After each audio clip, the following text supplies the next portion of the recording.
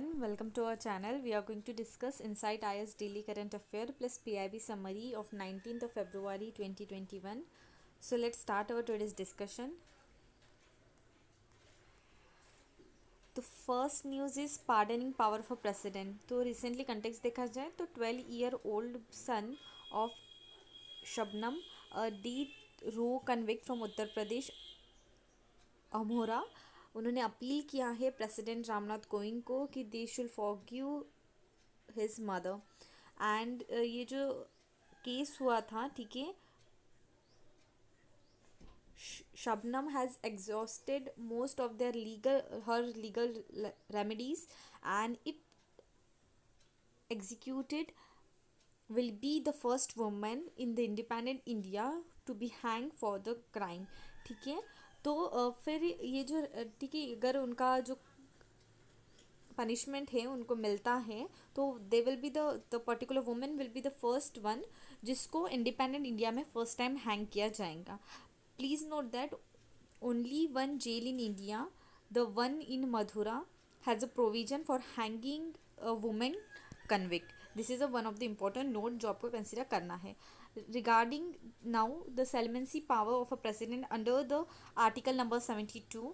तो if a president जो होता है उनके पास पावर होती है कि they can grant a pardon, reprieve, respite और रिमिशन ऑफ द पनिशमेंट, और दे कैन सस्पेंड, रिमिट और commute the sentence for any of the person who is convicted to an offence. Regarding the pardoning power, ठीक है, अभी इनके meaning क्या होते हैं. तो पार्डन मतलब क्या होता है, पार्डन एक मतलब कंप्लीट जो होती है एब्जॉर्वल ऑफ द ऑफेंडर. ठीक है, किसी भी टाइप की जो पनिशमेंट दी रहती है किसी भी उस पर्सन को, ठीक है, सेंटेंस और पनिशमेंट वो सब कुछ जो है वो ऑब्जर्व हो जाती है. Second is commutation. कम्यूटेशन मतलब एक्सचेंज हो जाती है for one thing by the another. ठीक है, अगर किसी पर्सन को एक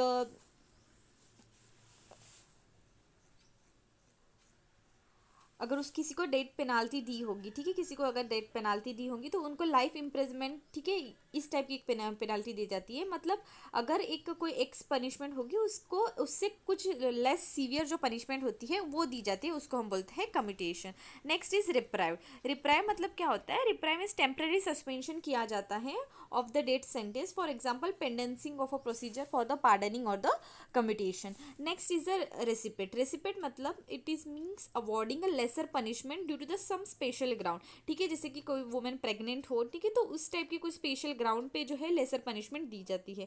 next is a remission. Remission means reduction of the amount of a sentence without changing it character. ठीक है, तो अगर किसी को 1 साल की पनिशमेंट मिली हो तो उसको 6 मंथ की पनिशमेंट दी जाती है without changing it character. Punishment का जो टाइम पीरियड है उसको रिड्यूस किया जाता है, उसको हम रिविजन बोलते हैं. So this are the few powers regarding the president. Now president और गवर्नर के पास दोनों के पास पावर होती है regarding the pardoning, but they are quite differ in some expect. So what are that. So जो पावर होती है प्रेसिडेंट की कि they can grant a pardon extend in the cases, वो सारा जो है मेंशन किया गया है under the article number 72. And while governor का जो जितना भी पावर होता है वो सारा मेंशन किया गया है article number 161. And president can grant a pardon in every cases also including the death, but governor जो होता है वो डेथ सेंटेंस के जो केसेस है उसमें पार्डन नहीं कर सकता. Exercises of this power. This power of a pardon shall be exercised by the president on the advice of the council of a minister. and constitution किसी भी टाइप का एक मैकेनिज्म प्रोवाइड नहीं करता है कि किस लीगलिटी के बेस पे प्रेसिडेंट ने या गवर्नर ने डिसीजन लिया है. एंड बट इन द एक केस यहाँ पे दिया गया है, द SC इन अ उपुर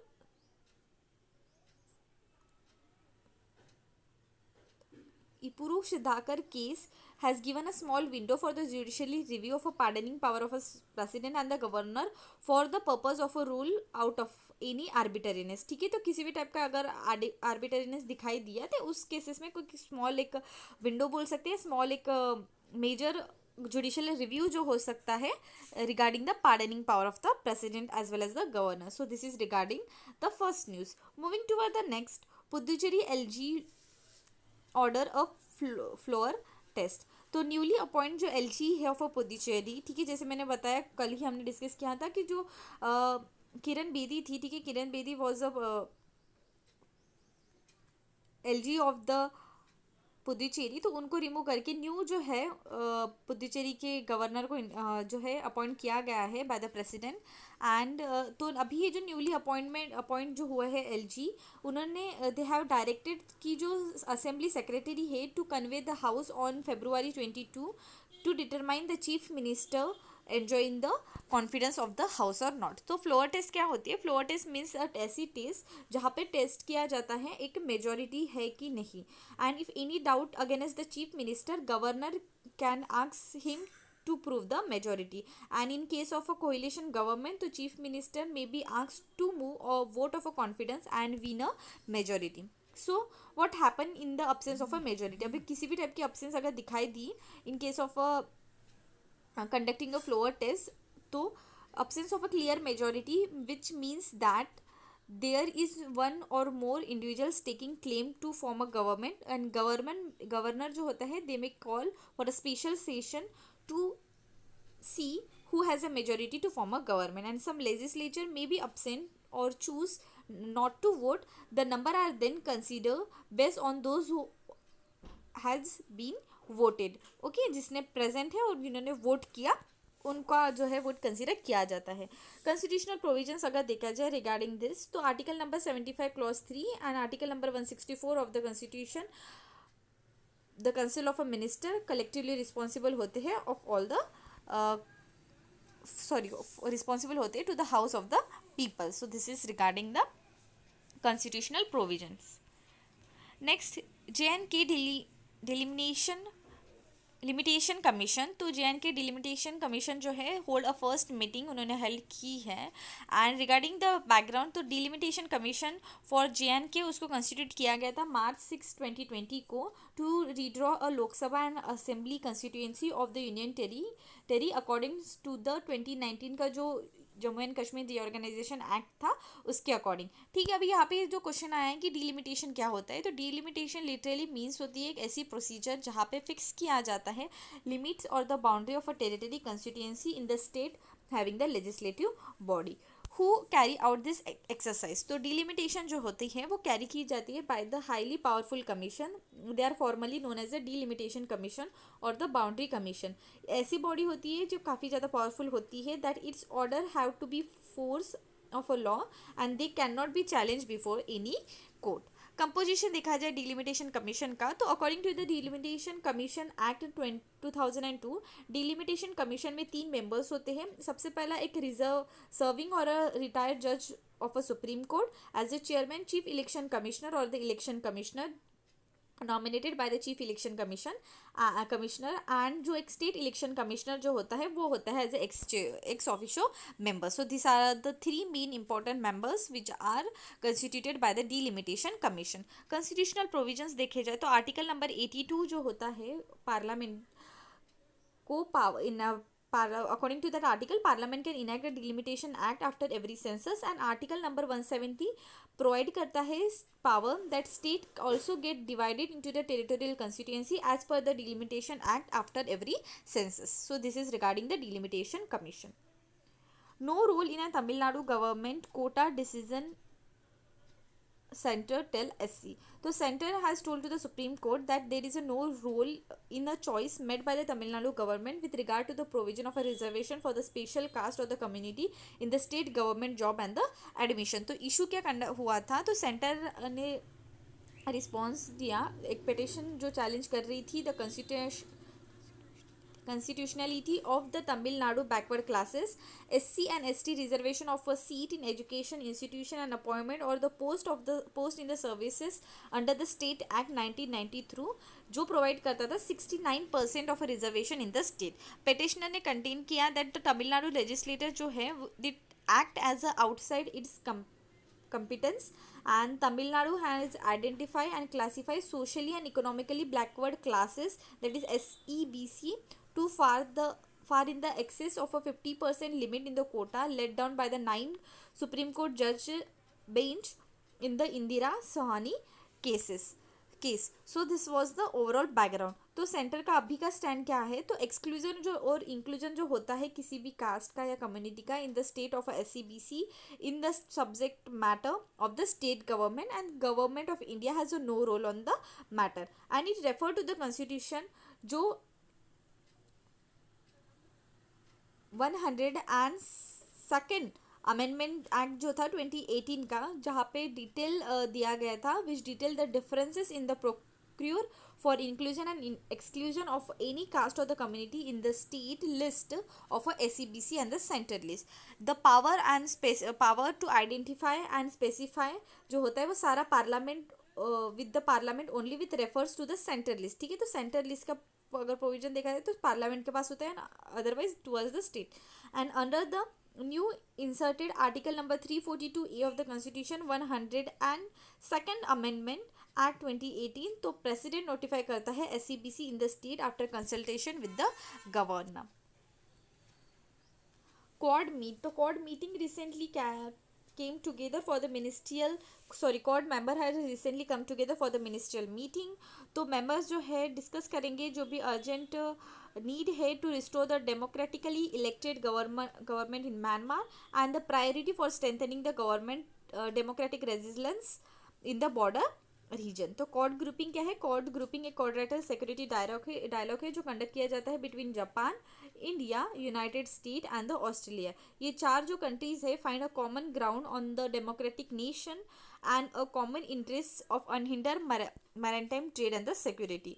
जिनरस देखा जाए तो ये जो ग्रुपिंग है traces its genesis in 2004 when ये जो चारों कंट्री है they have came together to coordinate relief operation in the aftermath of the tsunamis, and it then meet for the first time in 2007 on the sideline of a association of a Southeast Asian summit, and the intention was to enhance the maritime cooperation between these four nations. Significance देखा जाए cord grouping का, तो cord जो है एक opportunity provide करती है for the like minded countries कि वो शेयर करें उनके notes and collaborative project with the mutual interest. Nations जितने भी मेंबर्स है वहाँ पे, ठीक है, चार ये जो मेंबर्स है share the vision of the open and a free Indo Pacific. Each one of it are involve in the development and the economic project as well as for promoting a maritime domain awareness and the maritime security, and it is one of the many avenue for interaction among the Australia, India, Japan and the USS. अभी cord का जो grouping है तो उसमें China का view क्या है, तो regarding the China's view quad जो है will not take on a military dimension against any country, and the strategic community of a China जो है nevertheless has branded it as a emerging Asian NATO.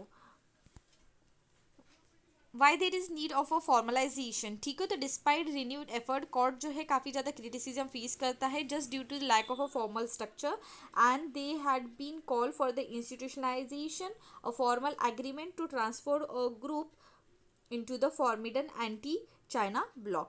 So lot of a changes over the year has been taken place, and each member has faced a threat of a China's increased aggression. तो China जो है has grown in might and influence, and it is keen to picking up a fighting. After the attempt to influence Australian domestic policies, it slapped punitive tariff on the country. It is engaged in what have become a routine border confrontation with the India, and China has flared upon a territorial dispute with the Japan. इस तरीके से हम देख सकते हैं कि China has a various aggression with the various countries. So there is a need कि जो ग्रुपिंग है it need should be formalized so that various criticism should not be faced by them, and एक proper जो उनका main है M है वो fulfil हो पाए. अब GS3 से न्यूज़ है नेशनल हाइड्रोजन मिशन. तो energy transition is underway at an exceptional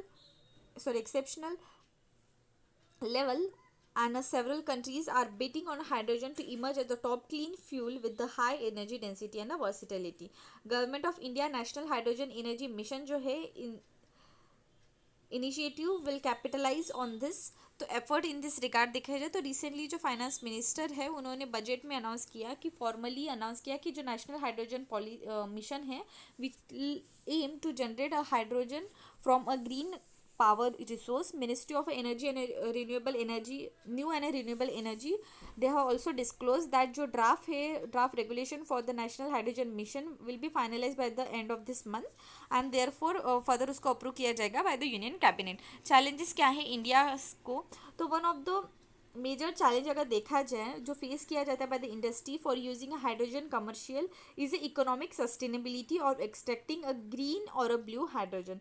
second अगर देखा जाए चैलेंज वो है टेक्नोलॉजी यूज जो की जाती है for the production and the use of a hydrogen, जैसे कि carbon capture and the storage and the hydrogen fuel cell technology are at the nascent stage and also they are so expensive. Next is the maintenance cost जो होता है for the fuel cell वो भी काफ़ी ज़्यादा है. and fourth challenge is the commercial usage of a hydrogen as a fuel and the industrial require mammoth investment in a research and a development field. So these are the few challenges with regard to the national hydrogen fuel mission. Next what do you mean by the hydrogen fuel? तो hydrogen जो है एक lightest and the first element है in the hydro periodic table.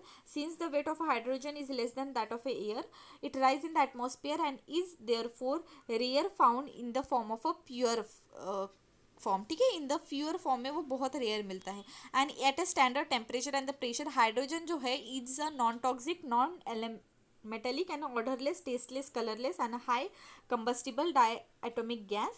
Hydrogen fuel is a zero emission fuel when it burn with the oxygen. and जो hydrogen fuel है it is uh, it can be used as a fuel cell or a internal combustion engine.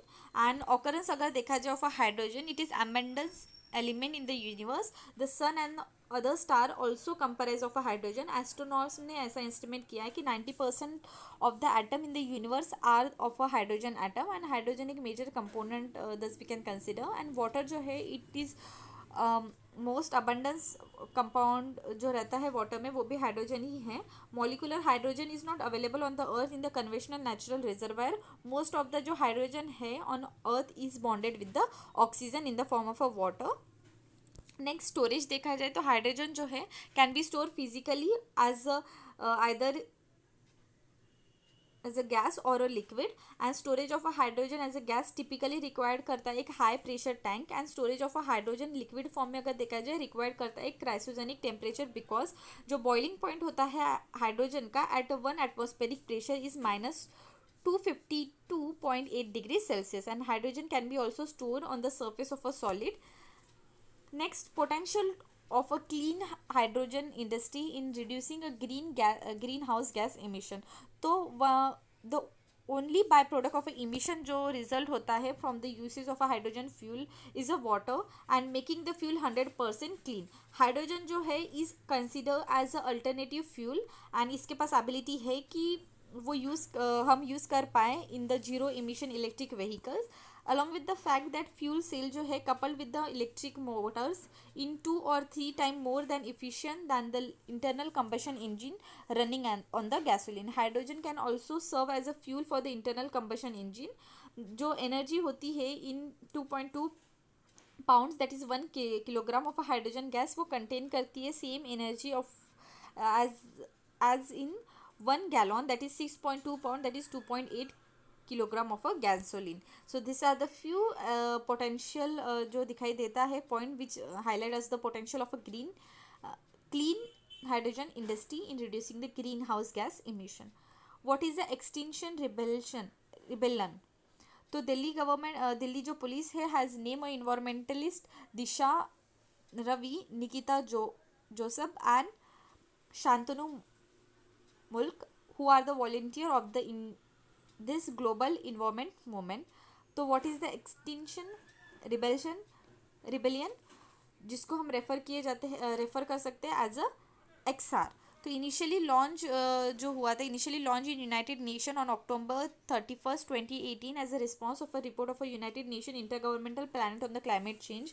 Now it is a global movement which seek to rebel and asks a group to self organize without the need of any permission to come up with a collective action plan. along with this it is a decentralized international or political non-partisan movement है using a non-violent direct action and a civil disobedience to prejudice a government to act justly on the climate and ecological emergency. सो ये जो group है has a 3 core demand of a government across the world, and it want a government to tell the truth, to act now, and to go beyond the politics in mean case while considering the climate and the ecological emergency in the world. GS4 news है what is the human challenge trial. तो UK is set to conduct the first COVID human challenge trial within the month from now. While human challenge trial जो है will help to give important information about the several disease, some has been surrounded by the controversy and the question about the ethics. So purpose is that to identify the smallest amount of a virus जो infect कर सकता है human को, and to help a doctor to understand how the immune system react कर सकता है SARS COVID 2 को, and to identify the factor जो इन्फ्लुएंस करता है कि वायरस किस तरीके से ट्रांसमिट होता है, including how it infect the person transmit the virus into the environment. First let us understand किस तरीके से vaccine are develop and they are being tested. In most regulatory regime देखा जाए तो वैक्सीन जो है take a several year to develop, and their development typically procedure जो होता है वो 3 phases of a clinical trial में कंडक्ट की जाती है. सबसे पहला फेज जो होता है small group of a people use to receive the vaccine. Second phase में क्लिनिकल स्टडी की जाती है in the expand, and the vaccine is given to that particular peoples and who has characteristic similar to that those who have not given those for those whom the new vaccine is been intend. And phase 3 trial में vaccine जो होती है is given to the several thousand people, and उनको test किया जाता है for the efficiency and the safety.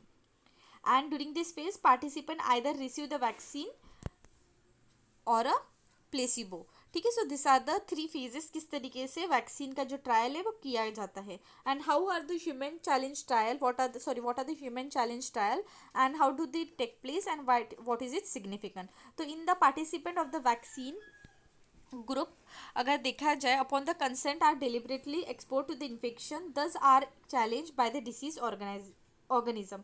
And ये जो ट्रायल्स होते हैं should have a valuable time in developing a vaccine, as a researcher will not have to wait for the participant to contract the infection under the real world condition. And by replacing the conventional जो 3 phase का trial होता है of a vaccine candidate, such trial में subtract many month from the licensure process, making efficacious vaccine available more quickly. Ethical concerns जो arise हो रहे हैं, तो इथिकल कंसर्न्स अगर देखा जाए क्रिटिक्स ने ऐसे क्वेश्चन लगाया है कि undertaking such trial for the COVID-19, a potential deadly disease for each those who are less than a risk, and which researcher are still at a various stage of a studying. 2016 में even WHO ने observe किया था कि such research can appear to be in conflict with the guiding principle in the medicine to do not harm. These are the ethical concern. Need of our है कि well documented historical example of a human exposure study should be considered unethical by current standards. It is essential that जो challenges study किए जाते हैं to be conducted with an ethical framework in which truly informed consent is given, and when the conduct from the human challenge study should be undertaken with the abundance forethought, caution and the oversight, and value of information जो gain की जाती है should clearly justify करना चाहिए the risks to the human subjects. So this is the need. हम क्या कर सकते हैं, ठीक है. These are the way forward. Fact for the prelims. Mahabahu Brahmaputra initiative, ये प्रोग्राम जो है it is aim for connecting aim for providing a seamless connectivity to the eastern part of India and include the various development activity for the people who are surrounding the river Brahmaputra and the river Barak. ये जो launch किया गया initiative है inaugurated of the रो-पैक्स vessel operation between Nimati Manjuli Island, North Guwahati, South Guwahati and Diburi Hastingameri. And the next point is that Reliance of a island water transport terminal at Jogipoha and various tourist jetties on the Brahmaputra river and launched the digital solution for ease of doing business. Next, Dubhari Pulbari Bridge. तो it is 19 kilometre long 4 lane bridge है जो connect करेगा Dhubri in Assam and Phulbari in Meghalaya. India का longest bridge once completed and it will build an estimate cost of rupees 4,000 crore plus. And along with this, Assam and Meghalaya जो है will be a direct connected with the West Bengal through this bridge, and ये bridge जो है it is located in the National Highway 127B.